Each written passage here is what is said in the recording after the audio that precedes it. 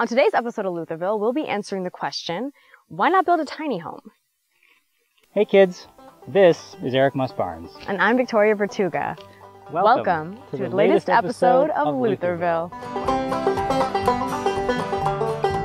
Building a tiny home is a really, really great idea. Tiny homes are kind of a movement that has started, I'd say, in the past 5 years or so. It's an actual thing, right? I mean, it's not just a small house. It's like an official thing. For those who don't know, because I didn't know. Yes. Tiny homes are homes that are basically under 1,000 square feet. And there are a number of companies out there that are building tiny homes and doing designs and selling plans for tiny homes. But there is one big problem with making tiny homes in most areas. What's that? Well, they're illegal. Oh, that is quite a big problem. Tiny homes with big problems. Exactly. Yes.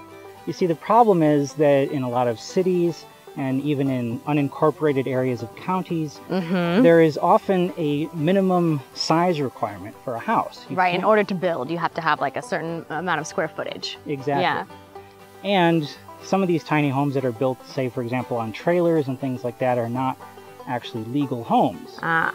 So you kind of have to worry about getting around that sort of thing. And that's one of the big reasons that I wasn't focused purely on tiny home ownership.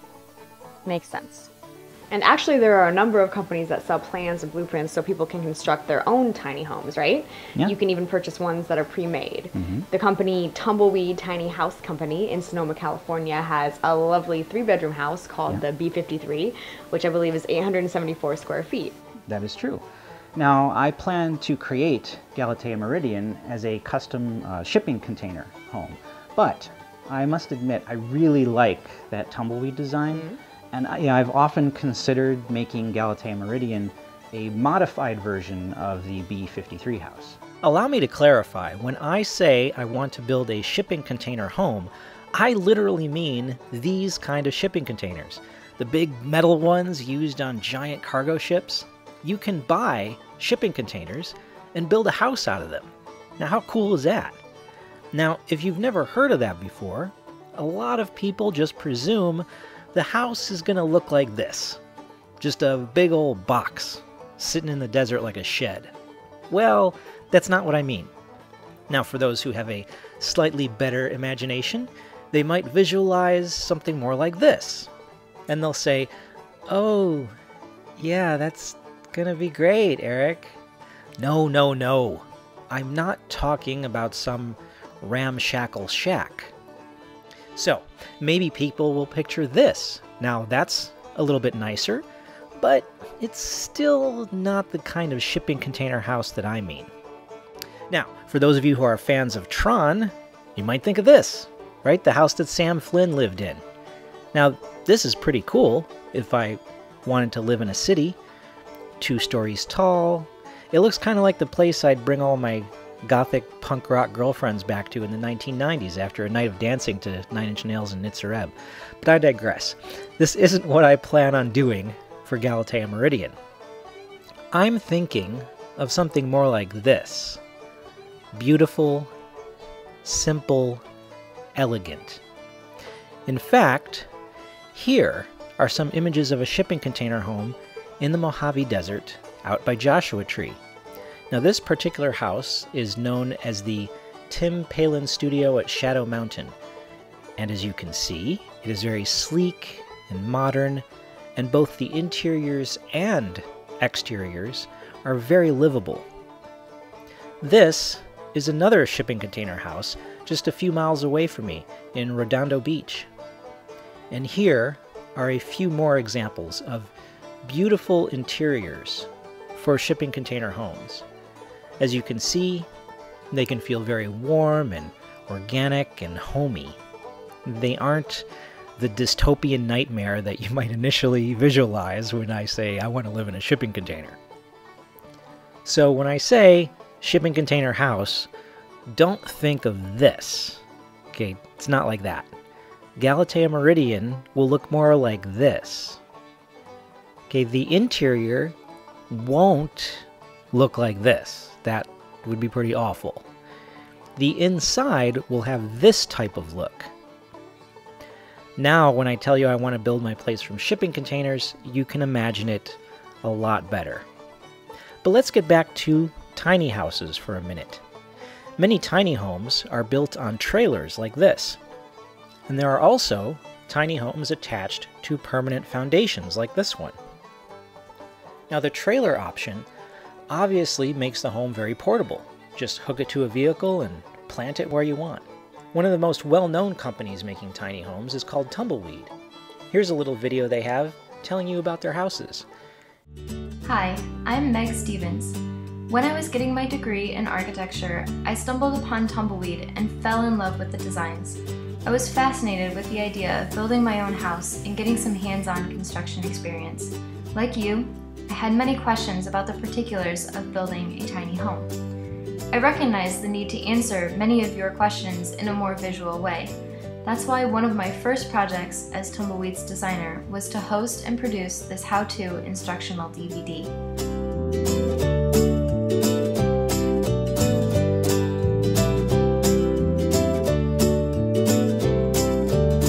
There's space in this model.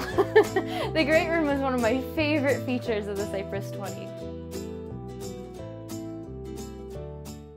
As I mentioned, I'm also very tempted to build a tumbleweed house called the B53. Here is an image of the outside, and this is a floor plan of the downstairs and the upstairs of the house. It's less than 900 square feet for a 3-bedroom, which is exactly the kind of thing I'm hoping to achieve. But although the B53 house could legally be built at Luthorville, what most of the tiny home manufacturers do not tell you is that it's actually illegal to live in many of their homes, right? Now let me clarify the statement. For most tiny homes, you can have two options. You can either build it on a permanent foundation, or you can have one mounted on a flatbed trailer. But there's a catch to both of these options. Yes, first solution, a permanent foundation.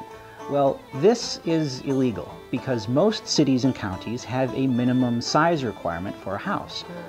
For example, in San Bernardino County in California, according to the San Bernardino County Development Code, Chapter 84.21.03, Paragraph E, Subparagraph 1, a single-family home must be a minimum size of 725 square feet. And LA County actually demands a minimum of 800 square feet in the Code of Ordinances, Title 22, Division 1, Chapter 22-20.105, Paragraph A, Subparagraph 4.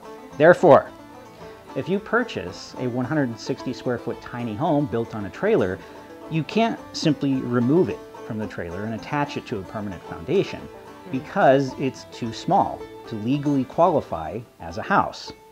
Which leaves us with our second solution, mounted to a trailer.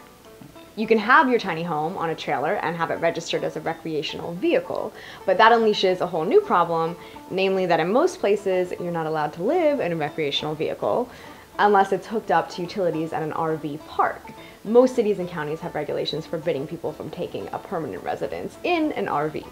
So again, these laws and regulations vary from county to county and city to city. Some cities allow it, but unfortunately a majority of cities do not.